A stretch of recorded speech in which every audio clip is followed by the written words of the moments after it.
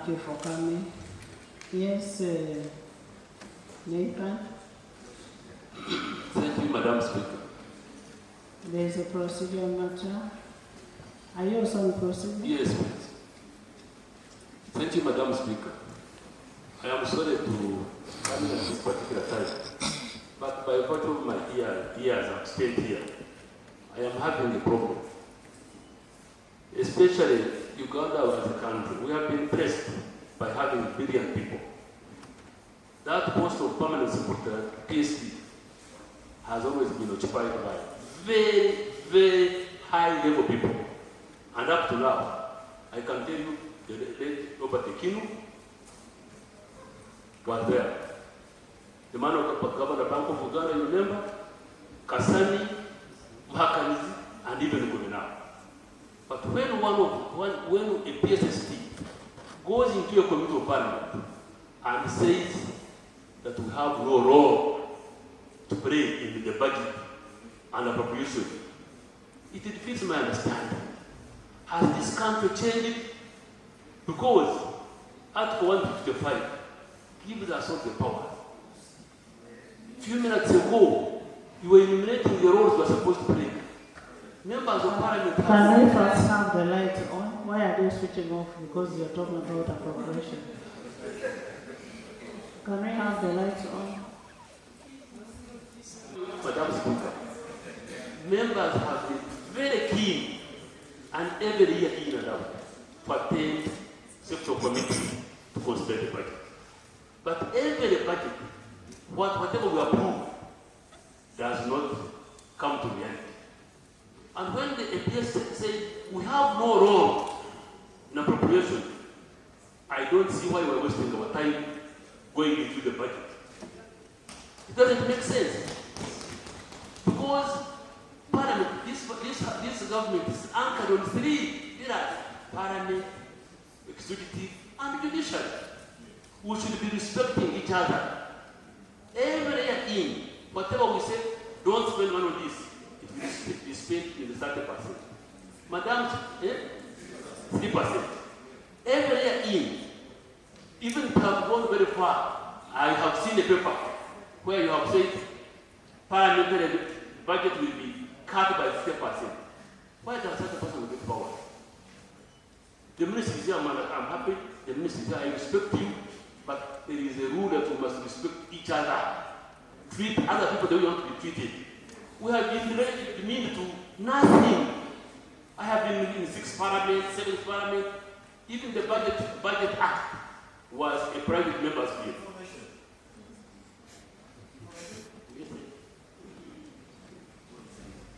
Thank you, Madam Member and Senior. Madam Speaker, the issue of the PSST must be handled very seriously. In the Committee of Education, we summoned this man and he refused to appear. And the Honorable Minister of Finance had to bring him when we were together, he still refused. And even recently, the Committee of Park, chaired by Honorable Mwangachifuni, was invited, he refused. He doesn't respect the members of Parliament and committees of Parliament. And I want this to be put on record. Yet, he's the issuing officer of any funds of government. I was in Park for some time at Downstairs again. You remember, we could never invite here the late Mahakanizi. He could appear at any time, Parliament would invite him in a committee. But Mr. Ramadhan Ggoobi, I don't know where he gets his strength and powers from. But once you remove appropriation from Parliament, then what are we doing here? We are read at nuts and void. We are not useful here. So, Madam Speaker, under your leadership, we need to take a stand, firm position on the PSST. Otherwise, he doesn't respect the Parliament. Thank you, Madam Speaker. So, thank you, colleague. I think in short, I don't know how we can handle it. I think we need an apology. A sincere apology to this House. We cannot continue coming here and be demeaned. Members are running like chicken, going to committees here and there. To appropriate, to see what can come to their constituencies. Then you want to take over our powers? I think I am really constrained. Thank you. Let me first hear from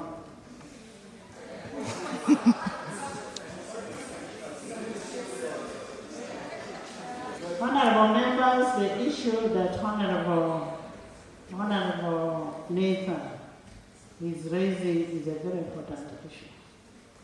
I want to refer you to Article 156 of the Constitution in regard to appropriation bill, and then I refer you to Section 14 of the Public Finance Management Act 2015, that is approval of annual budget by Parliament.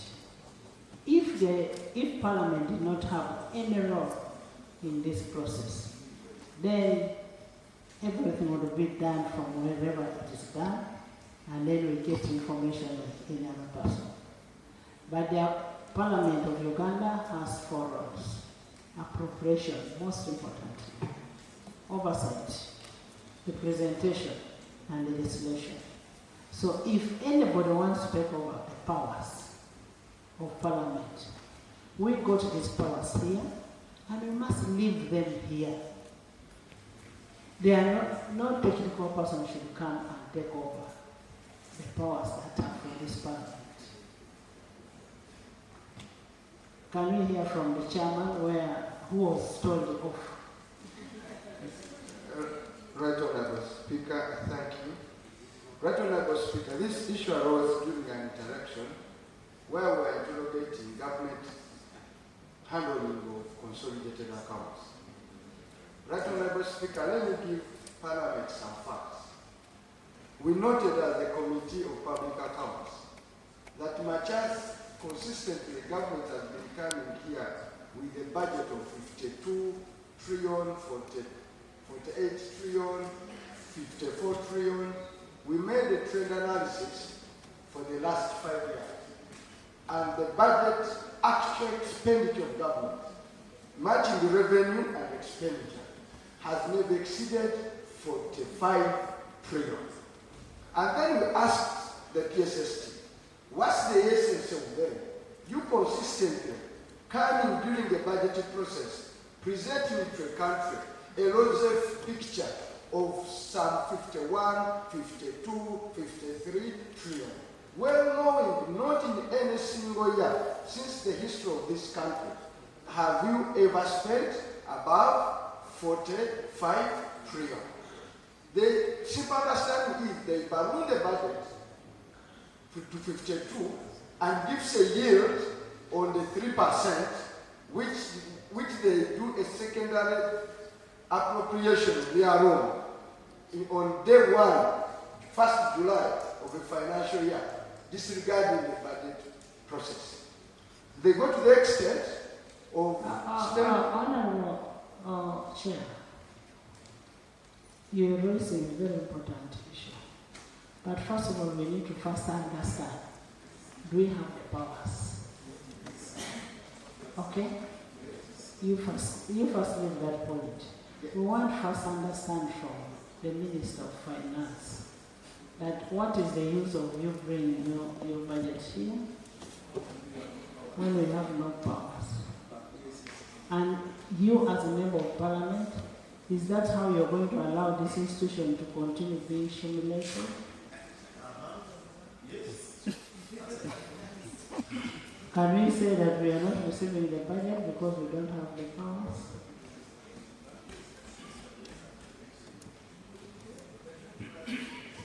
Yes. And where the minister made the statement that we don't have the powers. Okay. Then later on he accused Parliament and lawmakers, saying that the distortion from the difference between the budget framework paper and the actual budget is already a distortion of lawmakers, of decision makers. That's when then he said, you don't even enjoy those powers to do what you are doing. Have you finished, Nathan? Nathan was still speaking. What I was saying, it is not in this financial year, even the financial year. But I can tell you, the previous Parliament were in charge, and I want us to have to be in charge of doing things we're entitled to do. One simple person, for example, by a committee inviting the PSST and it does not come, you know what it means?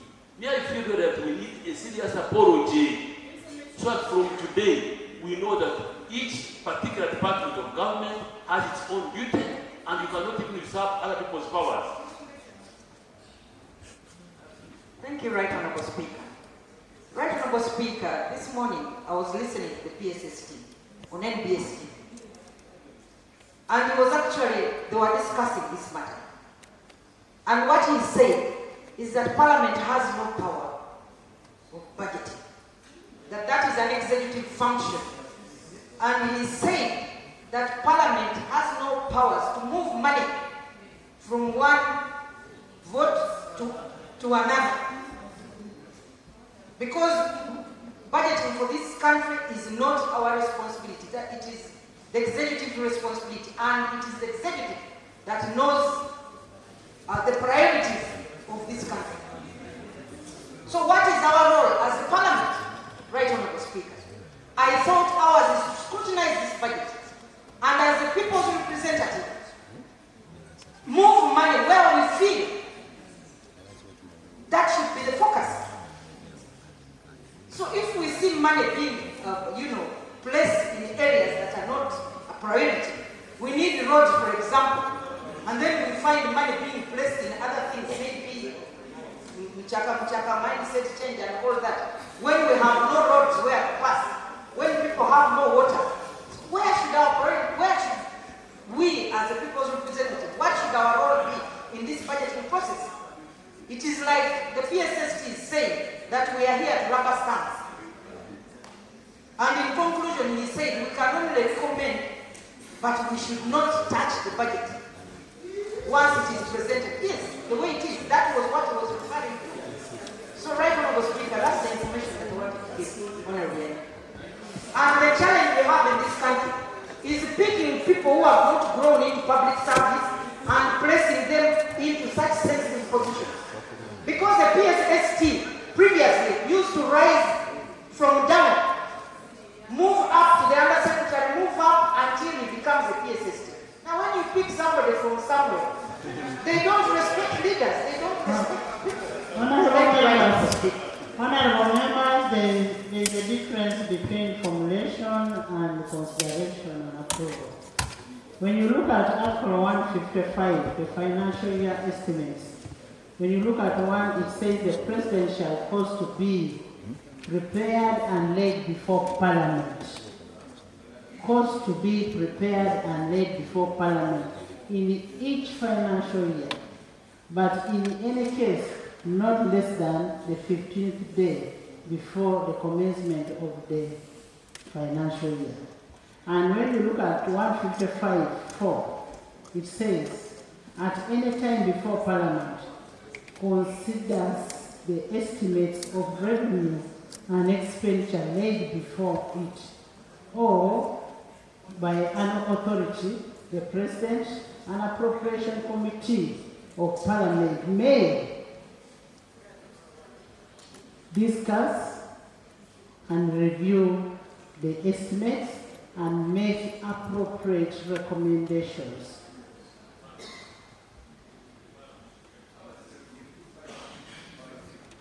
Yes. Madam Speaker, I agree with the members who have raised these matters, and I do not know the exact words the PSST used and where he made those words, but let me... Honourable Minister of Constitutional Affairs, can we first hear from Finance? I don't want you to carry a burden which is not yours. No. I don't want you to carry a burden which is not yours. Finance.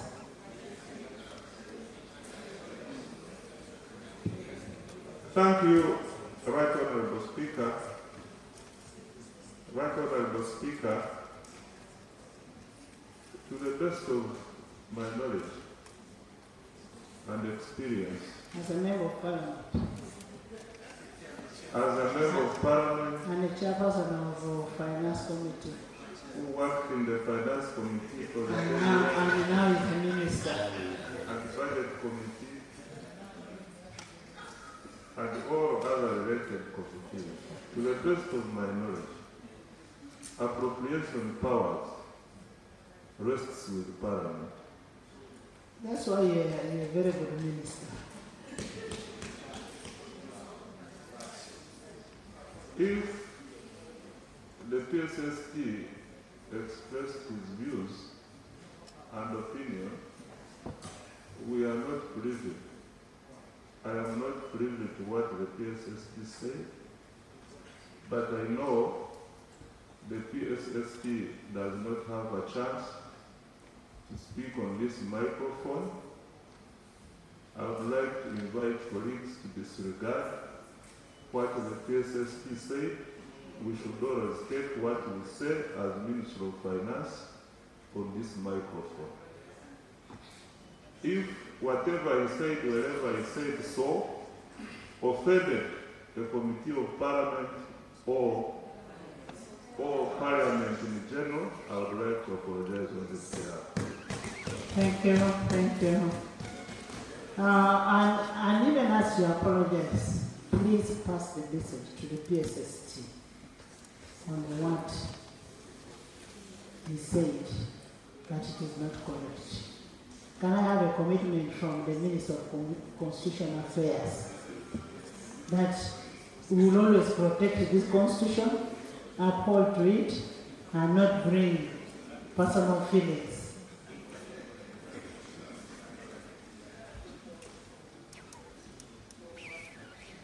Madam Speaker, there are people who have expressed contemptuous opinions of this House historically. I was in this Parliament when the late governor, having been summoned to talk about fiscal policy, said he has no time to talk about fiscal policy and monetary matters with potato growers. Yes, so this seems to be part of our society. But Madam Speaker, laws are non-negotiable. Fortunately, they are written. There's something we call contempt of Parliament. You have seen how the judiciary has been very tough on those who have acted contemptuously of the institution of the judiciary. Others have even been sent to jail. You, honorable colleagues, have on occasion sent some people to the basement for misbehaving and abusing the privileges of Parliament. It's not that the contempt is against you individually, but it's against the people of Uganda, because this is the only institution which represents everybody. The other ones are not as representative. This is really the people's house. So it's up to you, Madam Speaker, to draw a red line which nobody should cross without consequence, and it will be within the law. Thank you, Madam Speaker. Thank you. Government Chief Whip, let's resolve the thing of the budget. For me, I am here on the budget first. Government Chief Whip, our deduction of 50%, shall we be paid salary? You even have the capacity to put it in bold on a statutory vote. Finance. You even have the capacity to put in bold a statutory vote that Parliament should not get money. Can I hear from the government chief?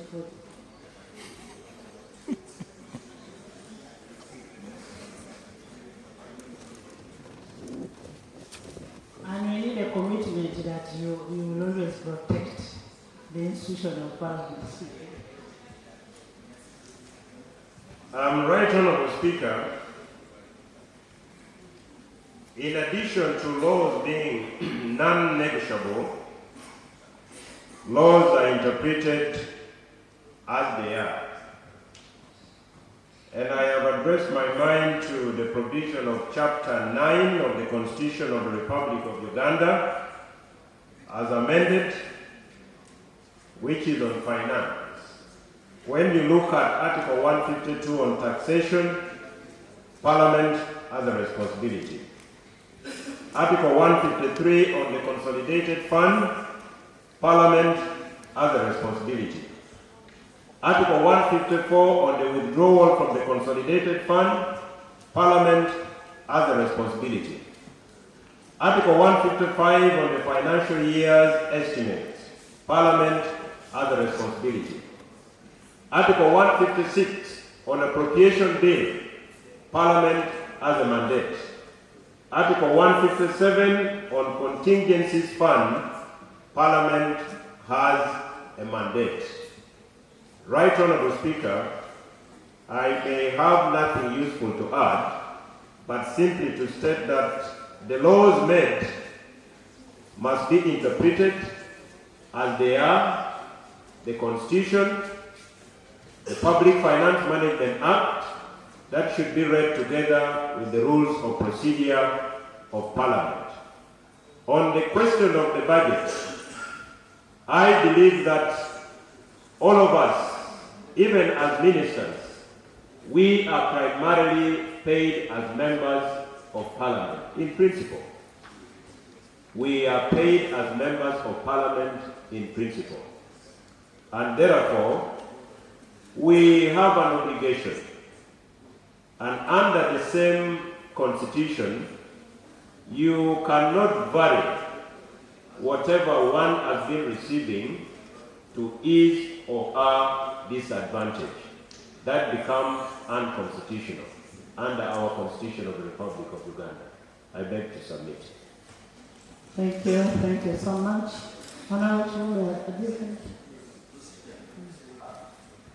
On the issue of the PSST, the minister here, who has just gone out, he was talking casually, and he said he's not aware of what happened, where he said it, but a member was in the Committee of Parliament. The chair of the committee is here. Madam Speaker, under our rules, there is a procedure we use to bring those people to make apologies, public to Parliament, seated before you. And that's why we have those two bars. The business of this gentleman are growing day by day. I know what happened between him and Honorable Yingo in the Committee of Education about the same issue.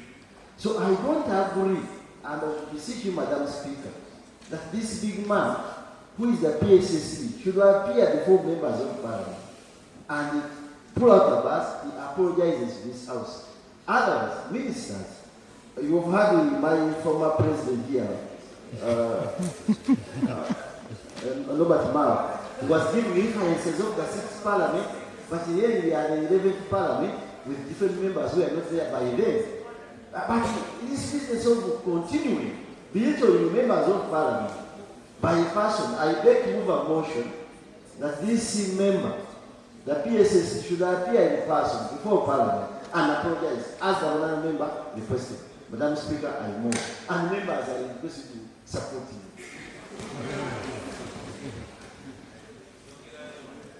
Honourable members, it's good the responsible minister has given an apology on behalf. And this should be the first and last. This should be the first and last. And I am also going to write. I am going to write to PSST and tell him to respect the committees of Parliament. And honourable chairs of committees, make use of Rule 208, the special powers of the committee.